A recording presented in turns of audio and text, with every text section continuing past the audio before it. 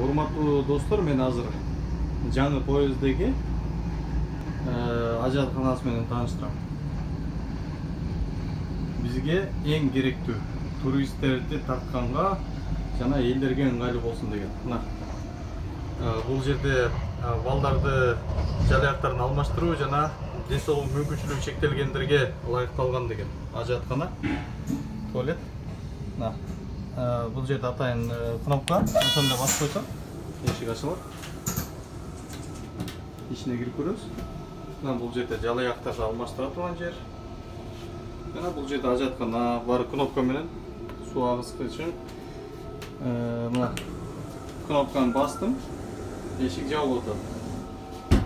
Эгерде бул кнопканы басса, бул бекитилди. Эгерде бир жардам керек болсо, бул жерде басасың. Эгерде ден соолугу мүмкүнчүлүгү чектелгендер болсо, мына бул жерде эле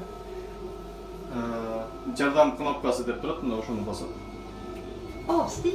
Кайра мына буну ачасың. Эми ачылды. Буну бассаң, эшик ачылат.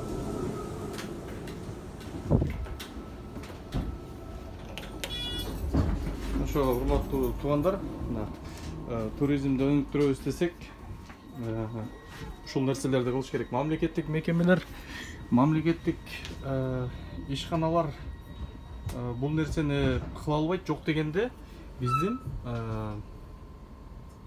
ишкерлер, соода борборлорун куруп аткан, кафе, ресторандарды куруп аткан ишкерлер ушундай ден соолугунун мүмкүнчүлүгү чектелгендерге дагы ылайыктуу кылып, ошо ажатканаларды салса, алар дагы эч кандай, аларда дагы потенциалдуу кардар катары эсептеп, ошондой мамиле болуш керек. Бул цивилдүү 21-кылымда ошол ишкерлерден суранат элем. Бул жакта андай мисалы тоскоолдук жок, бардык жерде. Тепкич болсо, ал жерде лифттер бар атайын, же болбосо пандустар бар, таксилер бар, ден соолугу мүмкүнчүлүгү чектелгендер атайын таксилер бар. Коляскасы дагы өзү да батат, бул микроавтобустар. Алар эч мындай кыйналбайт. Артына ачылат, коляскасы менен кирет ичине.